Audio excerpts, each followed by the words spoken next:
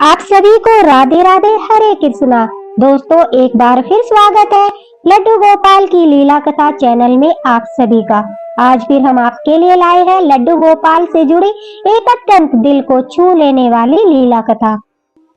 दोस्तों, इस कलयुग के जमाने में आज लोग अपनापन भुलाकर पैसों के पीछे इस कदर से भाग रहे हैं कि उन्हें रिश्ते, नाते, अपनापन, इन सब चीजों से कोई मतलब नहीं होता। अगर उन्हें चाहिए होता है तो सिर्फ पैसा। पैसा आज हर इंसान की जरूरत बन गया है। पैसे के पीछे कुछ लोग इतना अंधा हो जाते हैं कि उन्हें भला बुरा कुछ समझ नहीं आता, और कभी कभी तो भगवान का डर भी मन से निकल जाता है। यह घटना है छत्तीसगढ़ में रहने वाले एक काका काकी की। दोस्तों, काका काकी की अपनी कोई संतान नहीं थी, लेकिन परिवार में सभी लोग थे। काका के भाई थे, उनके बच्चे थे, भरा पूरा परिवार था। लेकिन काका जो थे, उनकी खुद की संतान नहीं थी।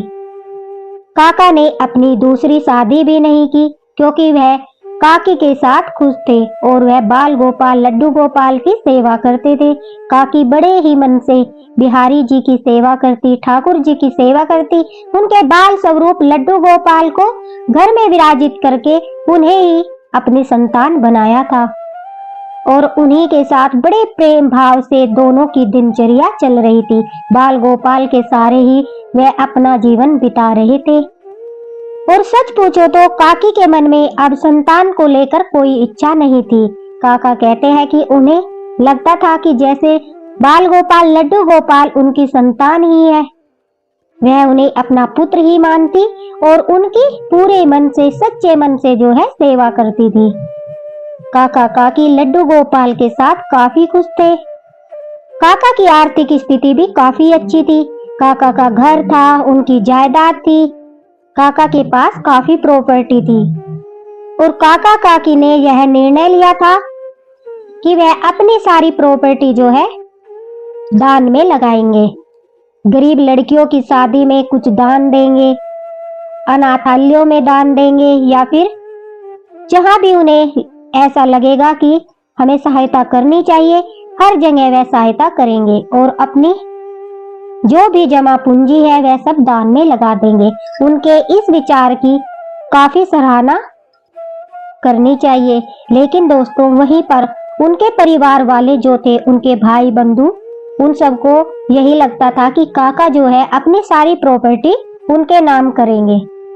इसलिए वह सारा दिन काका काकी के आगे पीछे घूमते रहते, उनकी हर जरूरत का ध्यान रखते। और वह यह इसलिए नहीं कर रहे थे कि उन्हें काका काकी की चिंता थी, बल्कि प्रॉपर्टी के लालच में वह यह सब कर रहे थे। और यह तो आपको भी पता है कि यह कलयुग है, बिना स्वार्थ के यहाँ कोई किसी की सहायता नहीं करता।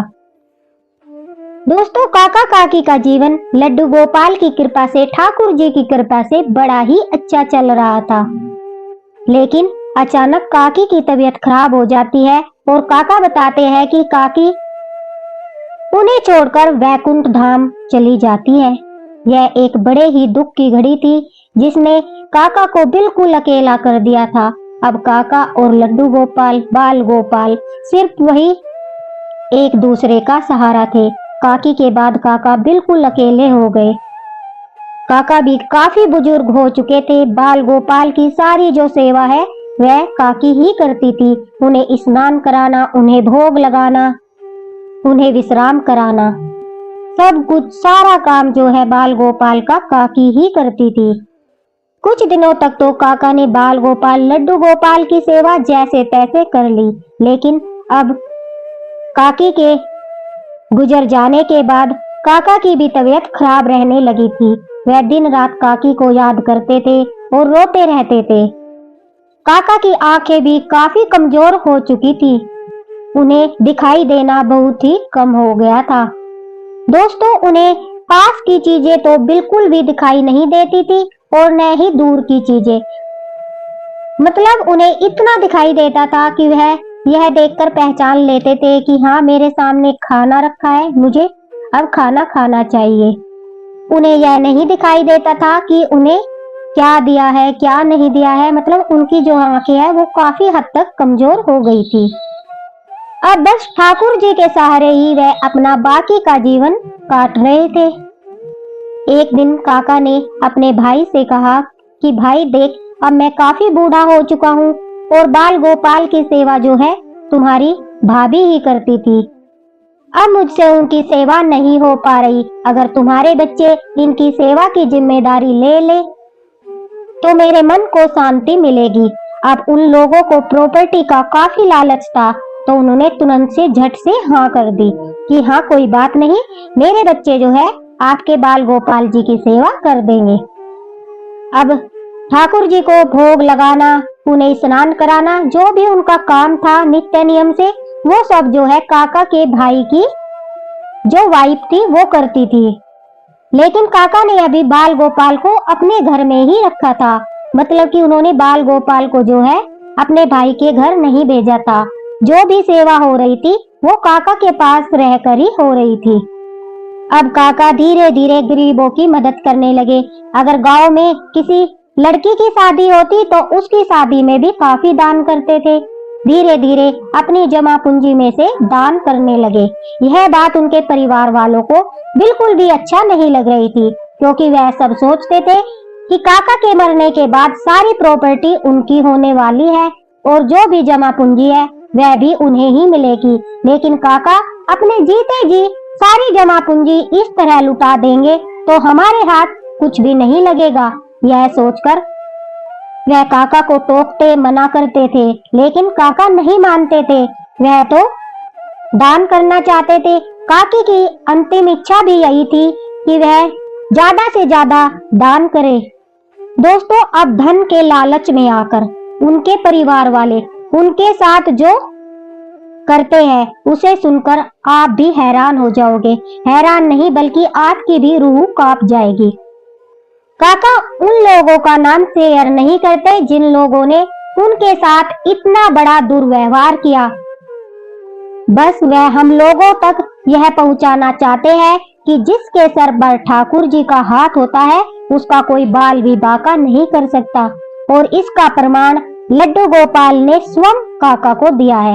एक दिन की बात है, काका का भाई उनके लिए भोजन लेकर आता है, लेकिन उस दिन बाल गोपाल लड्डू गोपाल को भोग नहीं लगा था। तो काका ने सोचा कि जो मुझे भोजन मिला है मैं उसी का भोग ठाकुर जी को लगा देता हूँ। इस उद्देश्य से काका ने जो है अपने भोजन की थाली ठाकुर जी के सामने रख दी। उन्हें यह भी नहीं पता था कि उस भोग में प्याज लहसुन है या नहीं है। बस उन्होंने तो इस भाव से कि आज जो है मेरे कहना को, मेरे गोपाल को भोग नहीं लगा है, तो मैं जो भोजन मुझे मिला है उसी का भोग मैं इन्हें लगा देता हूँ। इस भाव से जो है काका ने वह भोजन की थाली ठाकुर जी के सामने रख दी और प्रार्थना करने लगे कि जो रूखा सूखा मुझे मिला है, हे ठाकुर जी उसका भोग लगाइए।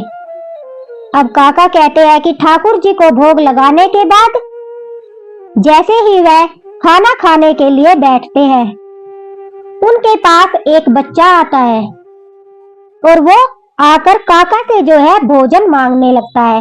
कहता है कि काका काका, मैं कई दिनों से भूखा हूँ, मुझे भोजन करना है, मुझे भोजन दीजिए ना। इस तरह से वह काका से बार बार भोजन मांगने लगता है।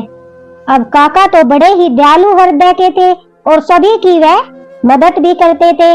दान दक्षिणा में वह काफी विश्वास रखते थे। उस बच्चे के कहते ही काका कहते हैं, मैंने भोजन की थाली उस बच्चे के हाथों में थमा दी कि लो बेटा तुम यह भोजन खा लो। काका कहते हैं कि मैं उस बच्चे को भोजन की थाली देकर कुछ काम करने के लिए अपने कमरे में जाता हूँ और जैसे ही मैं कमरे से बाहर आता हूँ, अपनी धुंधली धुंधली आंखों से मैंने देखा वहां पर कोई नहीं था और न ही भोजन की थाली थी। मैंने धीरे धीरे सब जगह उस बच्चे को देखा, लेकिन वह बच्चा कहीं भी मुझे दिखाई नहीं दिया। अब दोबारा से भोजन मांगने की मेरी इच्छा नहीं हो रही थी। मुझे ऐसा लग रहा था मानो मैंने पेट भर खाना खा लिया हो। काका कहते हैं कि बिना खाना खाए मैं विश्राम करने के लिए चला गया।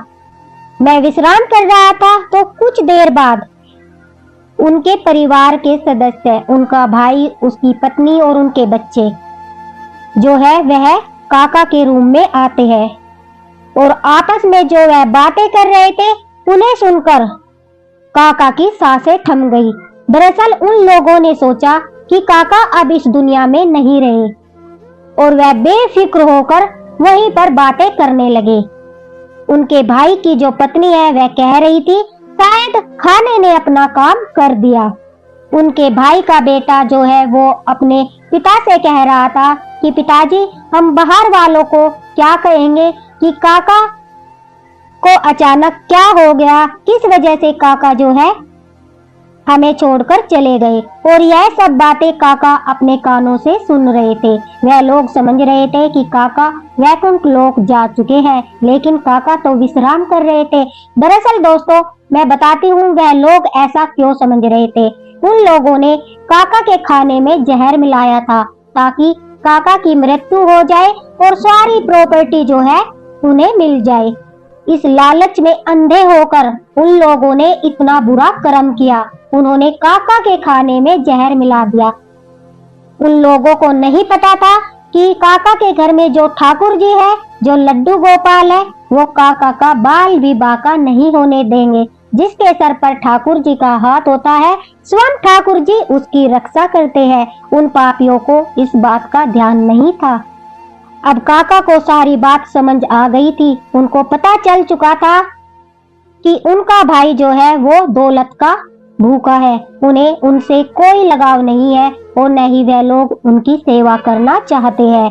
और जो बच्चा काका से भोजन मांगने आया था, काका को यह भी समझ आ जाता है वह स्वयं ठाकुर जी एक बालक का रूप बनाकर अपने भक्त को उस जहर वाले खाने से बचाने के लिए आए थे। वो कृपा निधान ठाकुर जी, वो लड्डू गोपाल बच्चे का रूप बनाकर काका को मुसीबत से बचाने आए थे और साथ ही साथ उनके लालची भाई का असली रूप उन्हें दिखाने आए थे। काका कहते हैं कि उनकी बात सुनकर मैं तुरंत से अपने बिस्तर पर बैठ गया। मुझे जिंदा देखकर उनके होश उड़ गए और वह घबराकर वहां से चले गए। काका ने उन लोगों को कुछ नहीं कहा, लेकिन उन लोगों से अपने सारे संबंध काका ने तोड़ लिए। अपनी सारी प्रॉपर्टी जो है वह दान में दे दी और बाल गोपाल लड्डू गोपाल को लेकर काका एक मंदिर में रहने लगे। मंदिर के पुजारी बाल गोपाल की सेवा करते हैं और काका का भी पूरा ध्यान रखते हैं। अब वे मंदिर में रहकर ही बाल गोपाल ठाकुर जी की आराधना करते हैं, उनकी भक्ति करते हैं और अपना बाकी का जीवन वहीं व्यतीत कर रहे हैं। देखा दोस्तों, ठाकुर जी किस तरह से अपने भक्त को हर मुसीबत से बचाते हैं, उनके प्राणों की रक्षा करते हैं।